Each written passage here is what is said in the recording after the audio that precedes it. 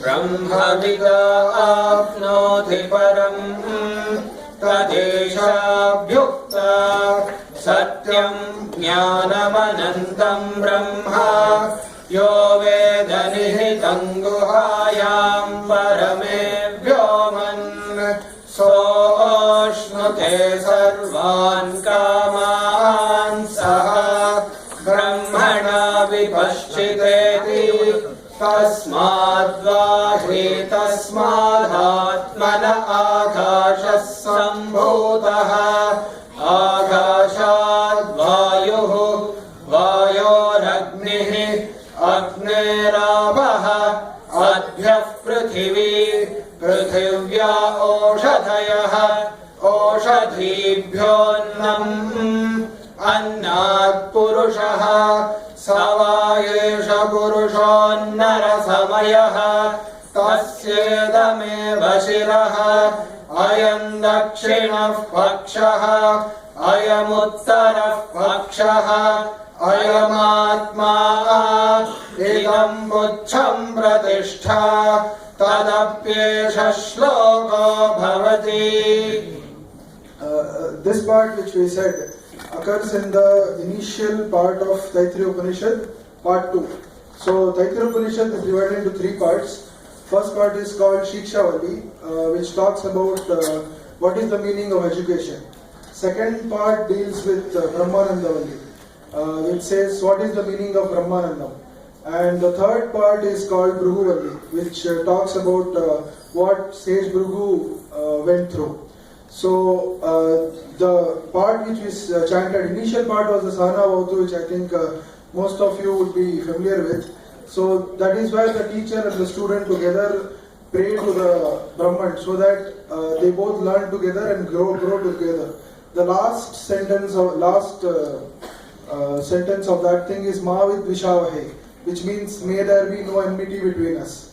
So the teacher and the student together pray, saying that may there be no enmity towards her between us and may we learn together. So after that, whatever we chanted, starting from Brahma Vidapnoti Param, I think we have some 5 minutes. I'll just translate it because I can only attempt a translation, and that too one of the translations that I can do, because in Sanskrit you can never pin down the meaning of a particular word. Like for example, if you even take the word like Rameshwaram. So when Rama created the linga and he named it Rameshwara, so the sages asked him what is the meaning. So Rama said, one who is the Lord of Rama is Rameshwara. So at that time the Shivalinga told, no, that's not the meaning. Rama is doing wordplay. It actually means one whose Lord is Rama is Rameshwara.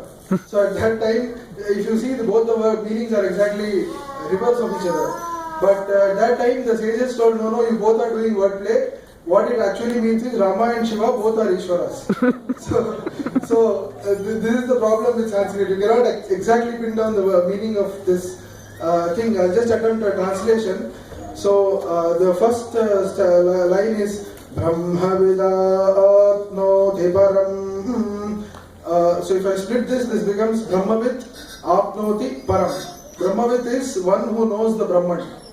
Apnoti is he attains, and Param is supreme, which means the one who knows Brahman attains the supreme. Then the next is Tadesha Bhyukta. So it means along with this the following is said. What is said is the next which comes. Satyam Jnanamanantam Brahma. So this defines what is Brahman in one of the ways. So it says Satyam, Jnanam, Anantam. These 3 are the attributes of the Brahman. So it is that which is true, that which is Anantam, and that which is Jnanam. Jnanam here means knowledge and consciousness both. So Satyam, Jnanam, Anantam Brahma, Yo Veda Nihitam Guhayam Parame Vyoman. This says the one who realizes that this Brahman is within the guha of his heart. So here, why I attempted this translation is because if you look at the word Guru Guha, one translation would be one whose Guru is Guha. So we all know that in Dikshita's case, Lord Kartikeya was his Guru. And Kartikeya also has another name called Guha.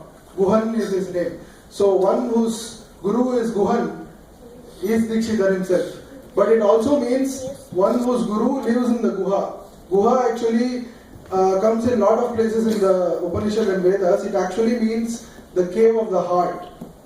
So this line actually means that Yo Vedanihitam Guhayam Parame Vyoman. The one who realizes that the Brahman, which I said real, infinite and conscious, actually lies within his own heart. The one who realizes this gets what? Sar so oshnute sarvan kamaan saha. The one who realizes that the Brahman is within him gets all his desires fulfilled together, not one by one, together. Saha is together. So the one who realizes this will get everything, will get all his desires realized immediately. So as we know that Dikshidhar, sang songs on all the deities without any dvesham. He saw all of them as one. So for me, I would interpret the word Guru Guha as he realized that his Guru is within his Guha. So that would be a much better interpretation of Guru Guha for me. So the next thing, the initial part describes what Brahmavit means and what he attains. The next is the order of the Pancha Mahabhutas. So it begins as Brahmana Vipashchiteti. It says this Brahman which is there in the heart is everywhere. It is omniscient, it is present everywhere. Okay, the next thing is Tasmad va hetasmadatmana akashas sambhutaha. So from this Brahman, the first Pancha Mahabhuta which came is the Akasha. Okay, the next thing is Akashad Vayuhu. From the Akasha came the Vayu. Vayor Agni. From the Vayu came the Agni. Agnerabha. From the Agni came water. So these two sound, it doesn't sound intuitive because from fire how can water come out? Then Adbhyav Prithivi, from the water came the Prithvi. Prithivya Oshadhayah, from the Prithvi came the plants. Oshadhibhyo Annam, from the plants came the food. Then Anha Purushaha, from Annam came all the living beings. So, if I were to explain this sequence very briefly, why this should be the sequence, the interrelationship between the five bhutas is like this. Okay, let's do a thought experiment. If you think of a steel pan containing ice, and if you heat it, the ice will become water. If you continue to heat it, it will become vapor. And if you start cooling it, it will go back from vapor to water to ice, right? So the Akasha actually represents the container. The Prithvi represents the solid. The Jala represents the water. And Vayu represents the air. The fire represents something that can transform one state to another. So it will transform from one Mahabhuta to the other one. And this is, you can pollute the earth, you can pollute the air, but you can't pollute the fire. Fire is the purest of the all. So that's why you do a yajna using fire and you light lamps. Fire is used in the worship because fire is the purest. So fire transforms from one to another. So if you think of if I go back to the Upanishad, it says first the Akasha came. So Akasha is the container where everything happens. So obviously first you need a container, right?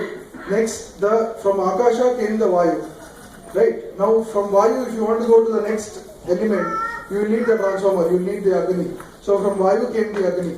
Now when you pull out the heat from gas, you will get liquid. So Agner Avaha. So from Vayu you came to gas, you came to liquid. And then Adbhyav Prithvi. From that you came to solid. And then from the solid, now you have the Prithvi, then you have Oshadibhyo, you have the plants. Now from the plants came the food. Food here means everything. Even we are food for something else. So everything is food. So, and then Sava Yesha Purusham Rasamaya means all the living beings are formed from the essence of food. So that's how it ends. So Hari Om.